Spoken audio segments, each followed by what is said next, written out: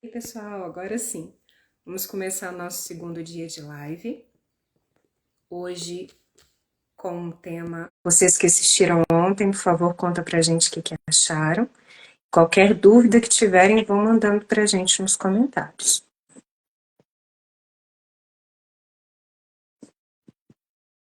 E Bela, tudo bem? Neuza e Marisa.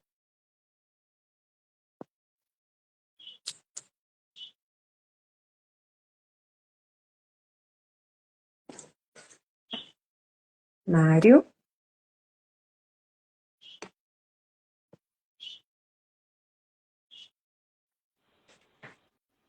Ei, Mário, Oi, Nayara, como está? Tudo bem? tudo bem?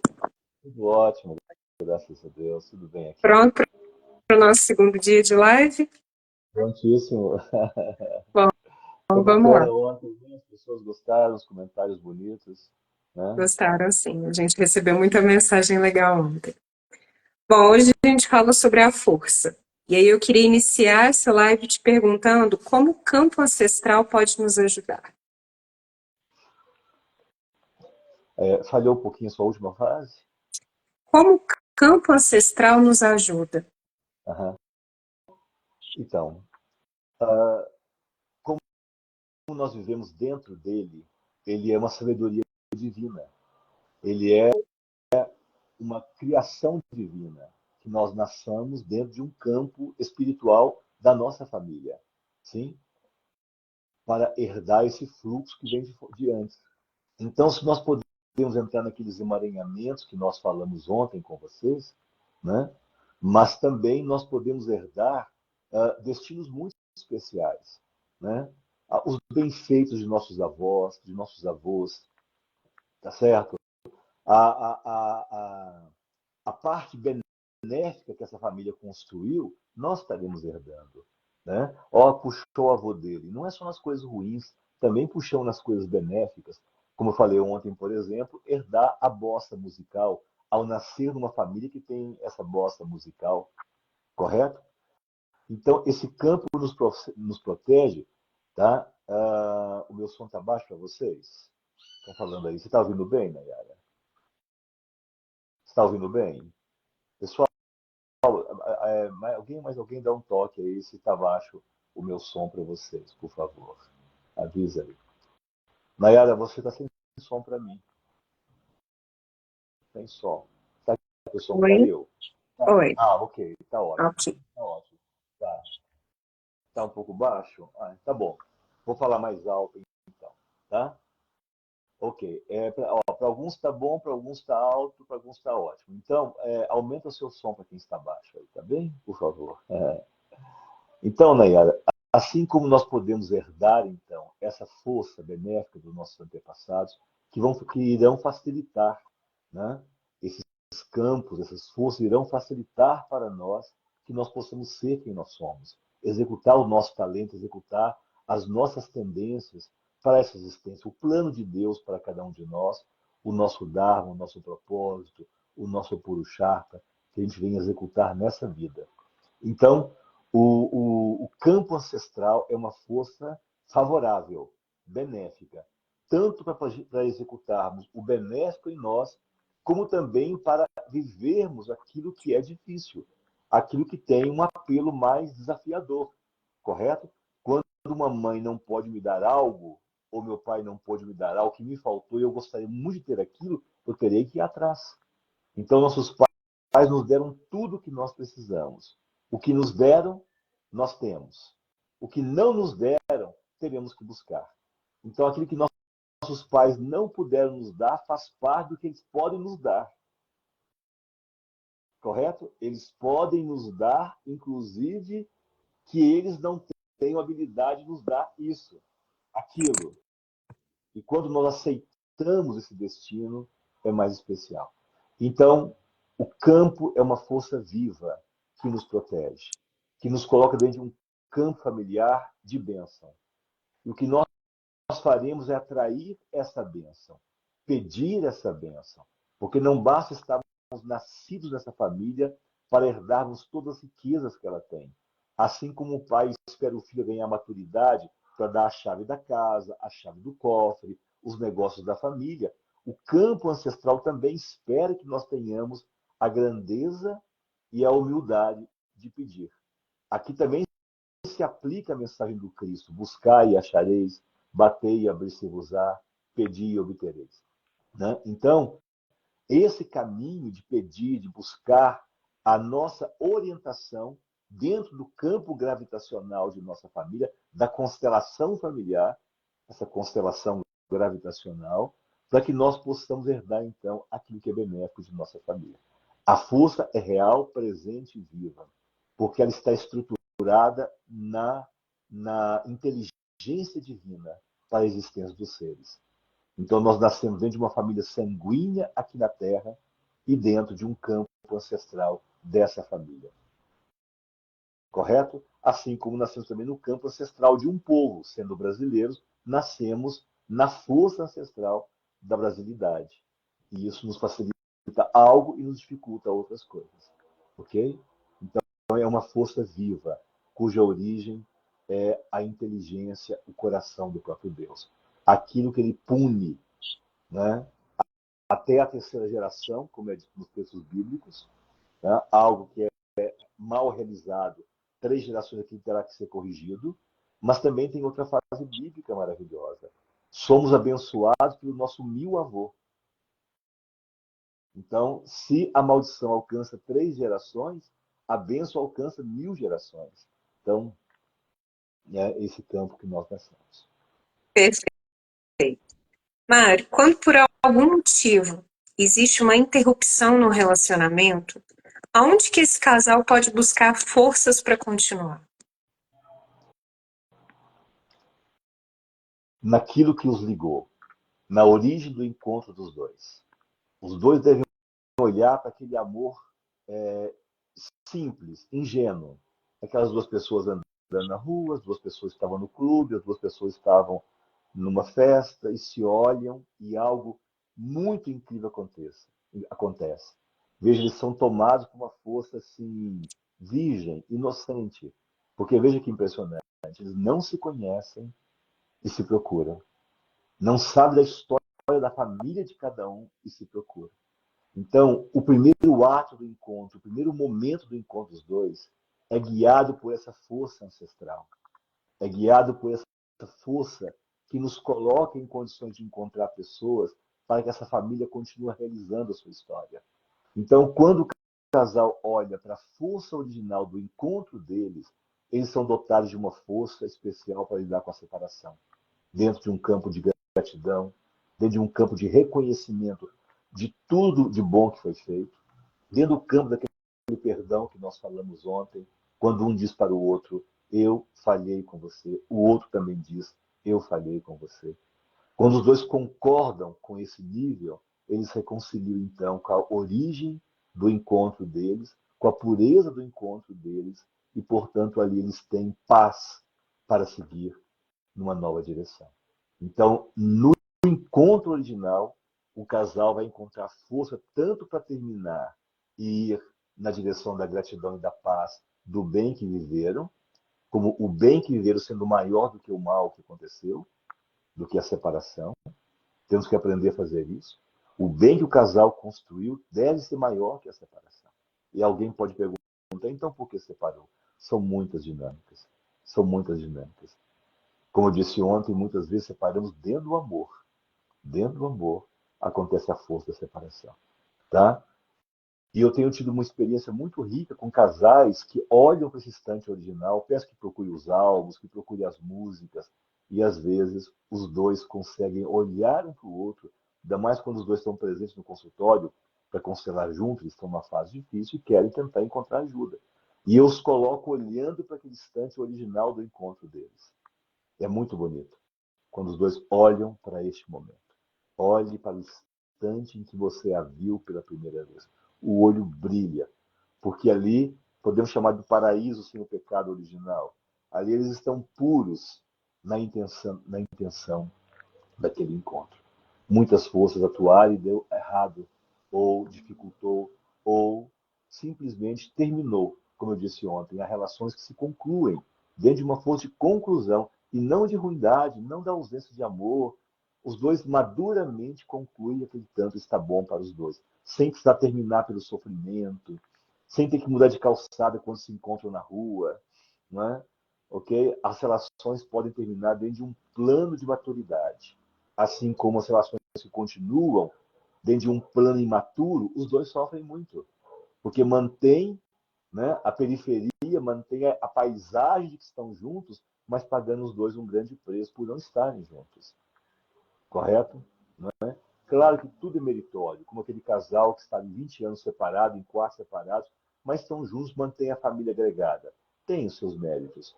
Mas para a vida pessoal dos dois, eles têm que olhar se vale o sacrifício para unir a família, ou se nós podemos, por maturidade, não fazer apenas essa paisagem, realmente separados, porque estamos maduros dentro da força da separação. Quando é feito, então, um acordo dos dois, são dotados de uma força. Quando é feito, então, como tentativa de manter, os dois pagam um grande preço. É claro que nessa tentativa de manter, os dois devem buscar ajuda. E ao buscar ajuda, a força do campo vai protegê-los, vai guiá-los. Porque dentro da ordem, Nayara, nós teremos ajuda no nosso campo espiritual para ficar quanto para sair. Correto?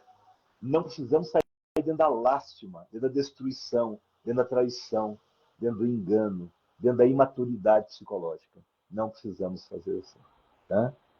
Então, são dinâmicas das separações, mas eu creio que na força original o casal é dotado de uma força. No encontro original, o casal é dotado de uma força especial. Outro ponto muito importante é o casal olhar para suas famílias e tentarem perceber onde os dois estão tendo conflitos por força de suas famílias. A minha mãe queria muito separar do meu pai e não fez isso. Então eu vou separar por ela. Procura observar se você não está fazendo uma dor, um movimento incompleto da sua mãe, agora incompleto na sua história. Tá? Ok? Tá. Mais uma pessoa dizendo que está baixo o som. Está baixo para você, Nayara? O som continua Não, para igual. mim não, para mim não. Carmen, aumenta seu volume aí, ou recomeça, tá? Outras pessoas colocaram que está ótimo. Sim, pessoal, continua ótimo para alguns? Ok. Vamos ver se alguém responde aqui, então. Ok? Tá bem, Nayara? Ok. Mário, quando você fala dessa imaturidade, nós tivemos uma pergunta aqui de um ex-aluno nosso. Quando acontece de um casal ficar junto por 20 anos e não consegue ter filhos, essa gravidez simplesmente não aparece, os dois saudáveis. Uhum. E acontece uma situação que, por causa disso, os dois se separam. Sim. E durante esse tempo separados, eles se encontram em uma noite e engravidam. Essa seria a força ancestral trazendo os dois juntos de novo? Pode ser. Sem dúvida, a presença da força ancestral está atuando ali. Correto? Mas vamos por partes. Se os dois se separaram por não gerar filho e queriam filhos, eles têm esse direito de separar. E é comum, às vezes, encontrar com um ex-relacionamento ou ter uma noite com alguém e a pessoa engravidar. Tá? Então, às vezes, a separação foi necessária para que pudesse executar um tempo de cura do processo da relação dos dois. Porque os dois estavam dentro de algum emaranhamento familiar. E o afastamento resolveu esse emaranhamento. E os dois tiveram força, então, de se encontrar, se amarem e ter o filho. Tá? Então, dentro de um campo ancestral, algo estava interrompido e eles estavam em sintonia com essa força que interrompia a chance de ter filhos. Tudo bem?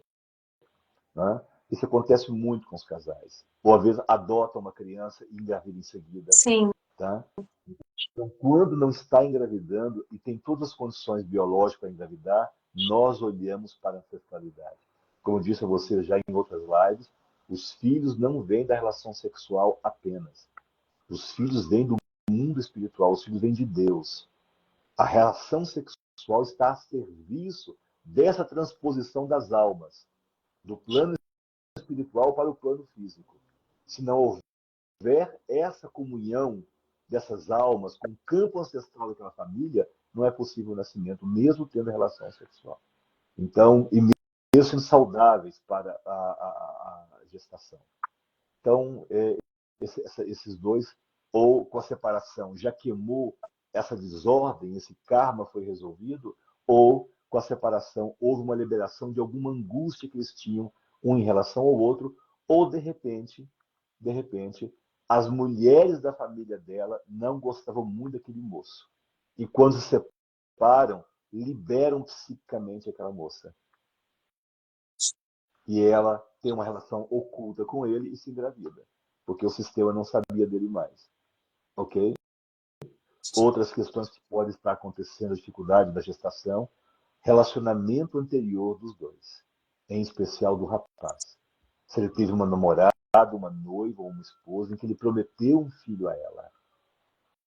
Sim. Porque os dois aspiravam ter um filho junto. A nova mulher não consegue engravidar. Isso pode estar acontecendo como se fosse um emaranhamento energético, né? Um mal olhado, uma maldição daquele primeiro relacionamento. A segunda mulher se identifica com a primeira e diz: eu não vou ter filho assim como ela não pôde ter. Claro que na família dela também tem alguma história acontecendo. Mas isso também pode acontecer. Tá? Não engravidar por efeito das histórias de relacionamentos anteriores. Tem que ser observada a constelação que vai revelar. Tá? Isso é revelado mediante uma constelação familiar, ou quem tem acesso a certas informações espirituais pode também saber a verdade sobre isso. Mas não dá para dizer assim genericamente. Mas é bom saber que há essas possibilidades. Se isso está ocorrendo com você, procure então ajuda para que você possa resolver esse impedimento à gestação. Perfeito. Mário, e quando essa separação já é inevitável, como que o casal deve olhar um para o outro? É semelhante àquela segunda pergunta, né? Eles vão olhar para tudo de bom que eles construíram. Olhe junto que viveram junto, né? Fale um para o outro: sinto muito, não consigo ficar. Porque a força de culpa é muito grande entre os dois. A força de cobrança é muito grande. Tá? Um não quer admitir que falhou com o outro. É difícil para um deles admitir que falhou. Entende? Eu falhei com você. E cada um fica procurando onde foi que eu errei, quem errou mais. Então, essas situações podem estar acontecendo, né? Essas situações podem estar acontecendo, e aí os dois precisam, juntos, maduramente, um tentar apoiar o outro. As relações não precisam terminar baseado no conflito, num estado de guerra. É possível terminar baseado naquilo que os dois compreendem de ser: esse tanto está bom.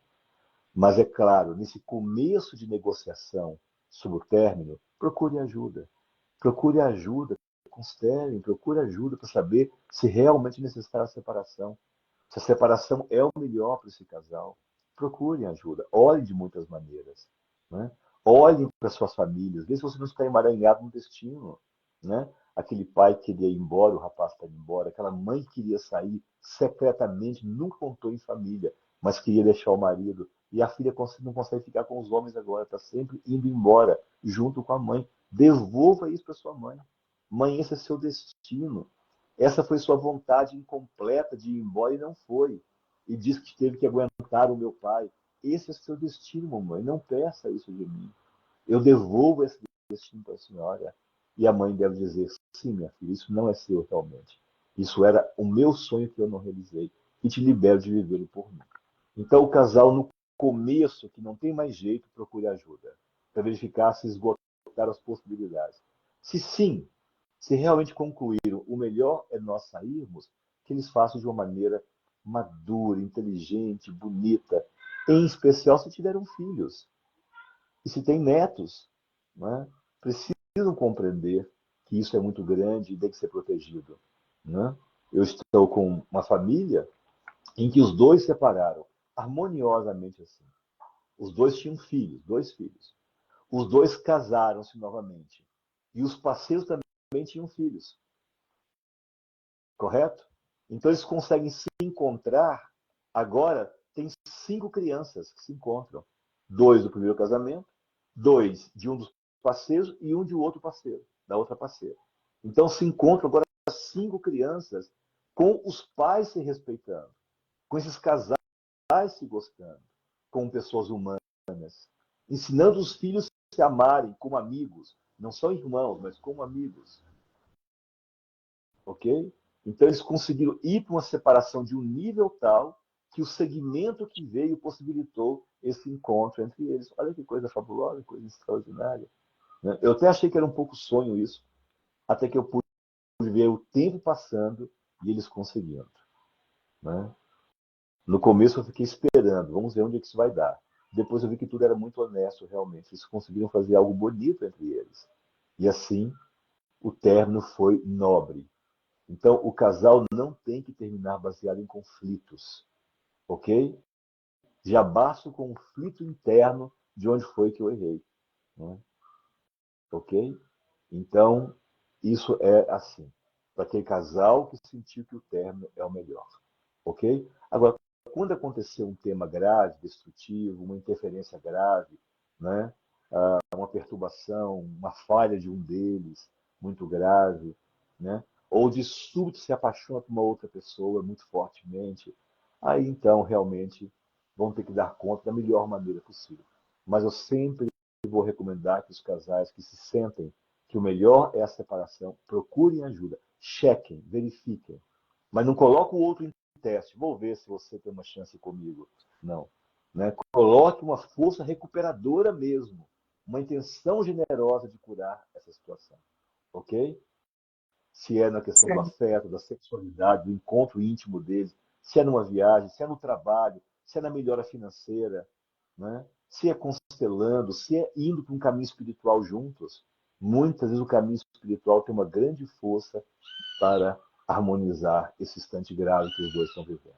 Mas o fato mais importante é que é possível que a gente faça isso dentro da maturidade psicológica. Certo. Mas, Mário, no caso de um término por uma mágoa muito grande, por uma questão muito séria, como esse perdão é possível? Não é. Aí tem que sair de cabeça baixa. Tem que se sentir realmente é grande demais para voltarmos atrás. A humildade de que aquela guerra matou milhares de pessoas, não tem como voltar atrás mais.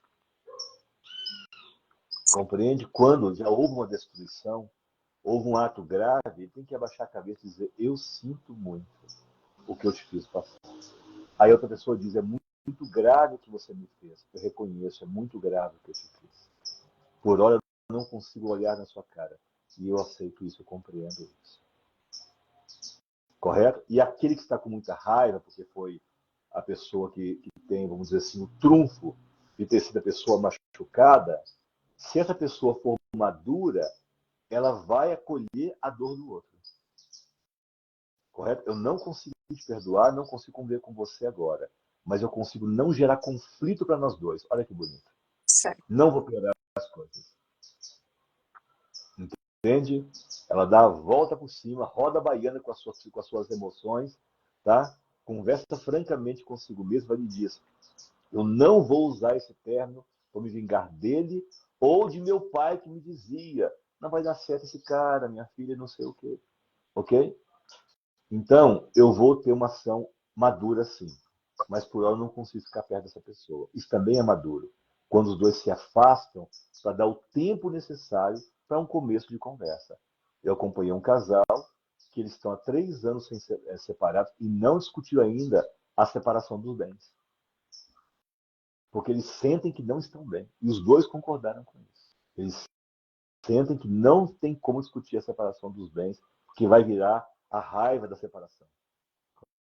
Correto? Então eles preferiram ter esse grau de maturidade. Eu acompanhei, achei muito impressionante isso. Considerei essa família, essa senhora recentemente, em que ela e ele estão dando o tempo necessário para o coração ter paz e discutirem a separação baseado naquilo que é benéfico para os dois, não baseado na raiva. Porque baseado na raiva que é um pouco mais do que o outro deve, não é isso? Ainda mais se um deu mais do que o outro deu no relacionamento, se um fez para o outro mais do que o outro, na separação faz a cobrança. Tá? Se afetivamente um dava mais para o outro. correto? A mulher deu filhos e ficava só no futebol ou no bar com os amigos. Então, se um deu mais do que o outro, na hora da separação, quer aquele carro que não é dele, sabe que não é, mas quer aquele carro. Quer aquele imóvel que sabe que o outro que pagou, mas quer a si mesmo, porque tem essa descompensação em relação à relação dos dois. O dar e receber entre os dois está tão desbalanceado que vai usar a separação para negociar essa contabilidade errada da relação dos dois. Certo. Porém, se tiverem a ajuda certa, não vão discutir o perdão, vão discutir o afastamento necessário. E depois desse tempo, vão conversar, e a dor é muito grande, vão ter que saber como fazer isso. Às vezes tem que ter ajuda, às vezes não. Às vezes tem que ser coisa dos dois. Os dois terão que se encontrar. Mas eu já aconselhei casais que depois da ajuda conseguiram se encontrar, conseguiram conversar. E disse, foi muito respeitoso. E no final havia uma lágrima nos olhos dos dois. E aquele que havia errado disse para ela mais uma vez: eu sinto muito. Aí ela respondeu: agora está um pouco mais fácil de ouvir. Olha que bonito. Com certeza. Mário, como que o casal interrompe essa rota destrutiva, essa rota que os confunde, e consegue mesmo assim proteger a família que foi formada? Isso é uma maturidade. Casais maduros, né? E casais de menos emaranhamento familiar. Se houver muito emaranhamento familiar, o emaranhamento pode usá-los para essa vingança ocorrer num caminho destrutivo, afetando os filhos, aí 15 metros de distância da porta da casa, ok? Pega o filho só uma vez por mês, passou uma hora, o juiz manda notificação de passou uma hora do tempo que ele ficou com o filho, onde antes a mãe ficaria feliz, né? Ok? Meu marido está passeando 2 horas a mais com meu filho. Graças a Deus, eu estou cuidando das minhas coisas. Hoje, ele passou uma hora, ela entra com um pedido judicial de que ele não passe mais. Não chegue uma hora antes para buscar o menino. Né? Então, todo esse complexo destrutivo pode ser evitado na maturidade e esse sistema poder, de alguma forma, bendizer esses meninos, esse casal. De repente, essas duas avós continuam, essas duas mães, só as duas sogras continuam amigas. De repente, fazem juntas programas espirituais, não é? Procuram, de alguma maneira, olhar se esses dois não estão debaixo de um certo emaranhamento energético, de alguma maldição, de ex-relacionamentos dos seus pais ou do casal, correto?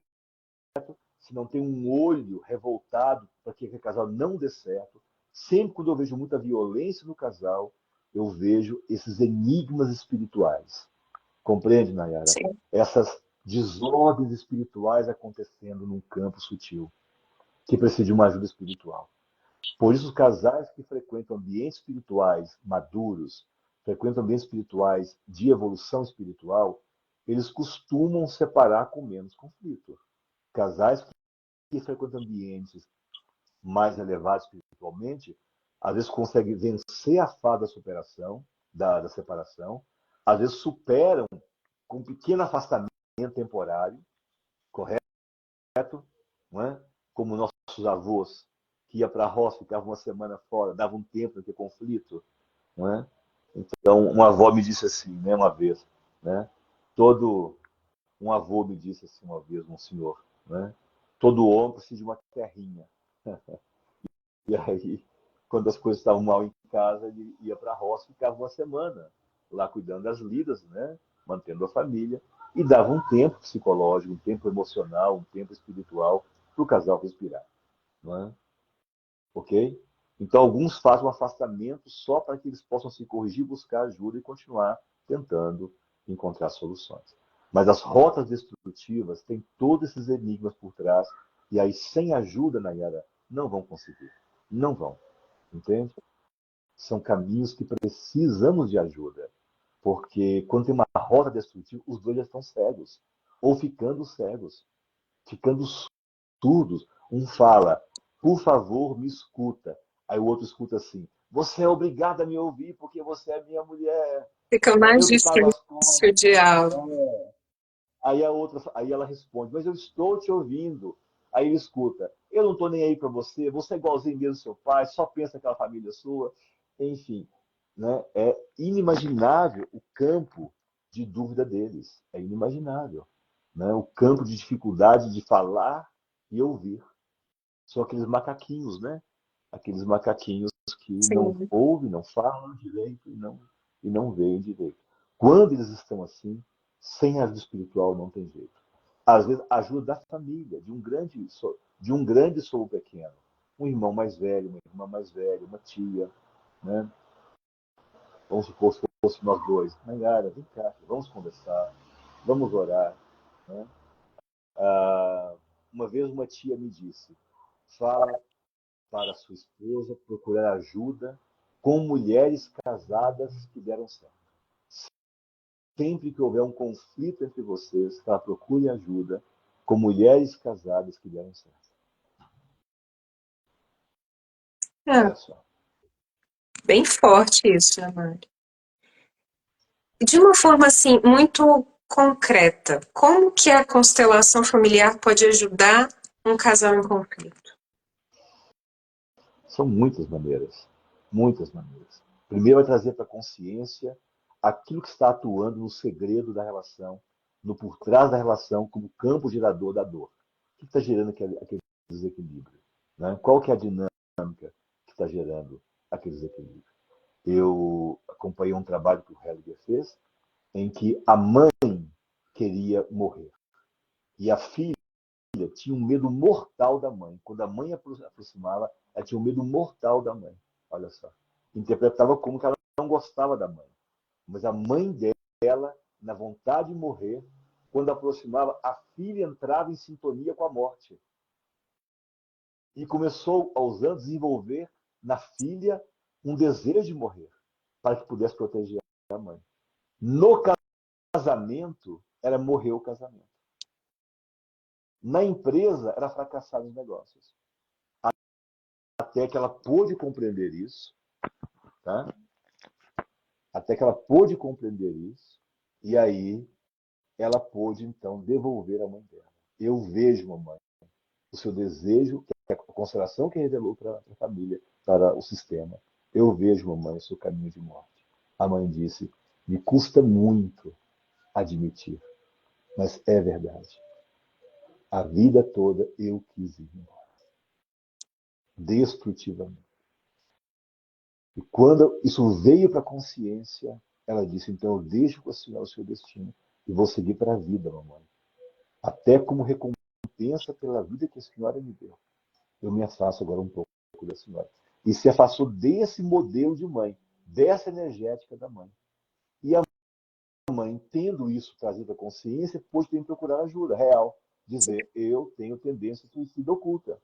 Eu preciso de ajuda psiquiátrica, de ajuda médica, de ajuda terapêutica. Ok? E a filha, então, pôde sair dessa história. E aí ela pôde melhorar a sua relação. Descobriu que está perdendo a relação pela força de uma história da mãe, não do casal. Correto. Ok?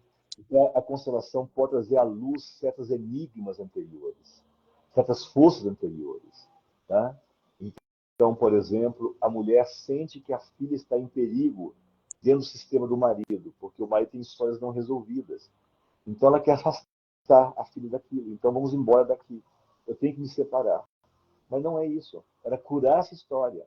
Sem dúvida, a filha estava em perigo. Havia uma história na relação anterior do marido que colocava a filha a viver uma história de um relacionamento do marido. E a filha, então, tomou um caminho homossexual, mas como destino do pai, e não como destino da filha. E a mãe, percebendo isso, tentou a separação. Quando essa história veio à luz, a filha pôde sair desse destino. E depois ela pôde confessar: eu tenho muita vontade de ter um filho. A Mari, filha.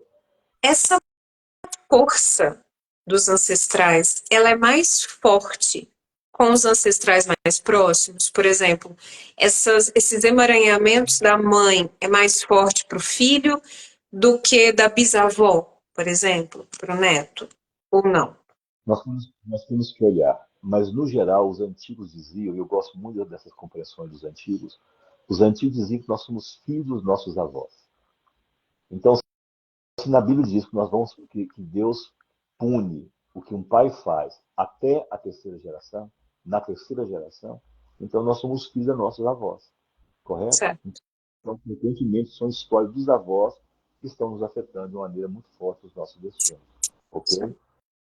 Então, isso é muito forte. Agora, tem toda uma rede, tá, da posição dos filhos. Por exemplo, o filho mais velho herda mais fortemente o destino da família da mãe. O filho mais novo herda mais fortemente o destino da família do pai. E assim vai alternando. Tem uma proporcionalidade para isso. Tá? E a explicação que eu encontrei, ela é biológica, inclusive. Né? Porque a mulher pega o modelo gestacional nosso antigo. Tá? A mulher pode morrer no primeiro parto. Sim? Sim. É o parto mais delicado, é o primeiro. Né? Do ponto de vista natural. Natural é o primeiro. Correto? Então, evolutivamente, as fêmeas aprenderam a passar a sua carga genética mais fortemente para o primeiro filho. Porque se ela vier a falecer, se ela vier a falecer, então ela garantiu que o seu sistema foi protegido. A sua força genética, a sua herança ancestral foi passada para o filho mais velho. E assim, quanto mais filho nasce, mais do pai a mãe deixa passar. Sim. Entende? Quanto mais filho tem, mais pai tem nos filhos. Quanto menos filho, mais mãe tem nos Mais, filhos. Mais mãe. correto. Tá?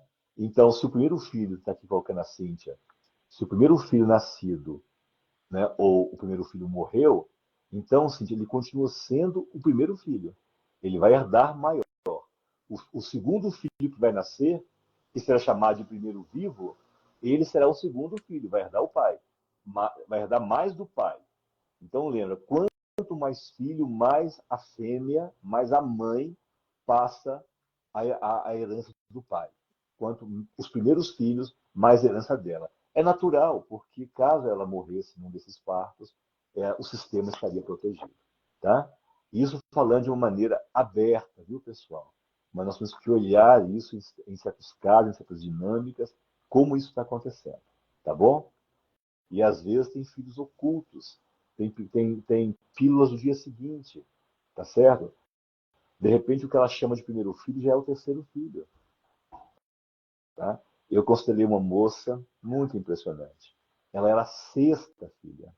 A sexta filha. Compreende bem?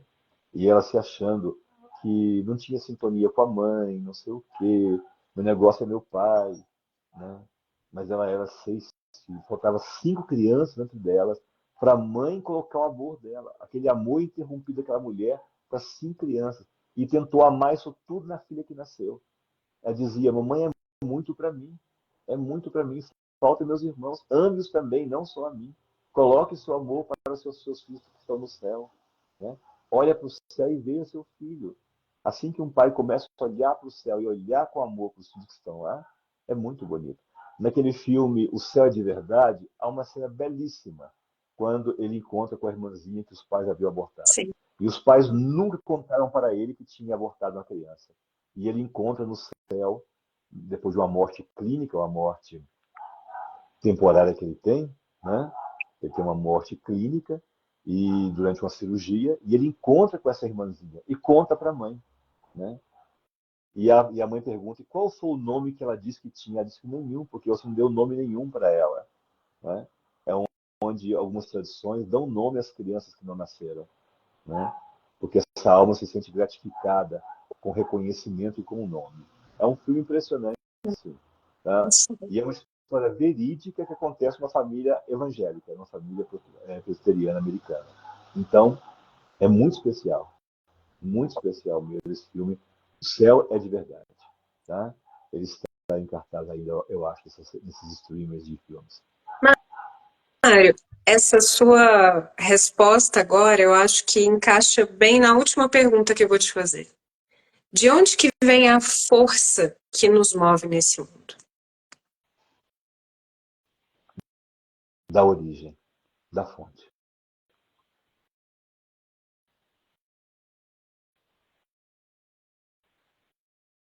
É isso.